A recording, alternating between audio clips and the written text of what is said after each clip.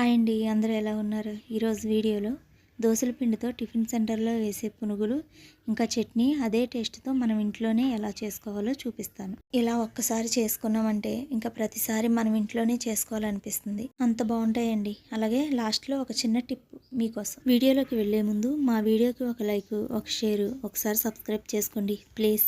ముందుగా ఈ పిండిలో 2 రకాల పిండిలను కలుపుకోవాలి. ఒకటి బియ్యం పిండి, ఒకటి మైదా పిండి. బియ్యం పిండి 2 స్పూన్లు వేసుకోవాలి, మైదా పిండి 3 స్పూన్లు వేసుకోవాలండి. అలాగే కొద్దిగా సాల్ట్ వేసుకోవాలి. ఆల్రెడీ దోసల పిండిలో మనం ముందే కలిపి పెట్టుకుంటాం కాబట్టి బియ్యం పిండికి మైదా పిండికి సరిపడా సాల్ట్ వేసుకోవాలి. దోసల పిండి పులిసింది అయితే ఇంకా బాగుంటుంది. దీంట్లో పెరుగు కానీ వంట సోడా కానీ వేసుకునే అవసరం లేదండి. పిండి ఇలా వీడియోలో చూపించే విధంగా ఉంటే సరిపోతుంది. మనం పట్టుకోగానే చేతి నుండి జారేలా ఉంటే పునుగులు బాగా వస్తాయండి. అదే పిండిలో కొద్దిగా జీలకర్ర వేసుకుని బాగా కలుపుకోవాలి. జీలకర్ర వేసుకోవడం వల్ల డైజెషన్ ప్రాబ్లం ఉండదు. కలిపిన పిండిని కాసేపు పక్కన పెట్టుకోండి. అది నానేలోపు చట్నీ ఎలా చేయాలో చూపిస్తాను. ముందుగా స్టవ్ మీద కడాయి పెట్టుకుని దాంట్లో ఒక 2 టేబుల్ స్పూన్ల ఆయిల్ వేసి ఒక 15 పచ్చిమిర్చిని ఇలా కట్ చేసుకుని వేసుకోవాలి. పచ్చిమిర్చిని బాగా ఎర్రగా అయ్యేంత వరకు అస్సలు వేగించకూడదండి.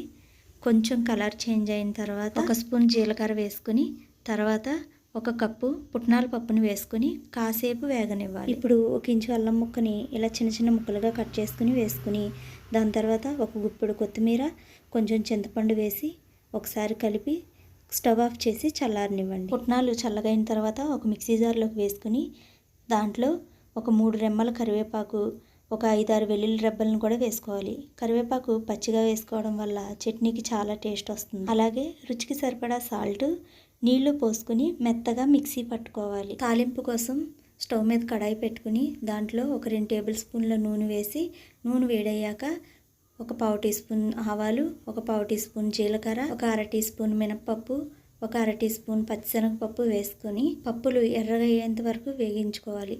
పప్పులు ఎర్రగా అయిన తర్వాత ఒక 2 ఎండుమిర్చి ఇలా కట్ చేసుకుని వేసుకోవాలి. తర్వాత ఒక 2 రెమ్మల కరివేపాకును కూడా వేసుకుని అది వేగాక ముందుగా మిక్సీ పట్టుకున్న చట్నీని వేసుకుని ఒకసారి కలిపి స్టవ్ ఆఫ్ చేసుకోండి. నేను చెప్పిన విధంగా చేయండి, చట్నీ మాత్రం చాలా బాగా వస్తుంది. ఇప్పుడు పునుగులు వేసుకోవడం కోసం స్టవ్ మీద డీప్ ఫ్రైకి సరిపడా ఆయిల్ పెట్టుకుని ఆయిల్ వేడయ్యాక చెయ్యిని వాటర్లో తడుపుకుంటూ ఇలా చిన్న చిన్న పునుగుల్లాగా వేసుకోవాలి. ఆయిల్ వేడిగా ఉన్నప్పుడు మాత్రం వేయకూడదు, పైన ఉడికిపోతే లోపల పిండి అలానే ఉండిపోతుంది. ఇలా మూకుడికి సరిపడా వేసుకుని అన్నీ ఒకటే కలర్ వచ్చేంత వరకు వేగించుకోవాలి. ఇలా అన్నీ ఒకటే కలర్ వచ్చిన తర్వాత గిన్నెలోకి తీసేసుకోవాలి. మిగిలిన పిండిని కూడా నేను పునుగుల్లాగా వేసేసుకుంటున్నాను. ఇంతేనండి, మిగిలిపోయిన దోసల పిండితో హోటల్ కన్నా మించిన టేస్ట్తో చట్నీ ఇంకా పునుగులు మీరు తప్పకుండా ట్రై చేయాలి. మన ఇంట్లో వాళ్ళకి పెడితే అసలు నమ్మరు మనం ఇంట్లో చేసామంటే.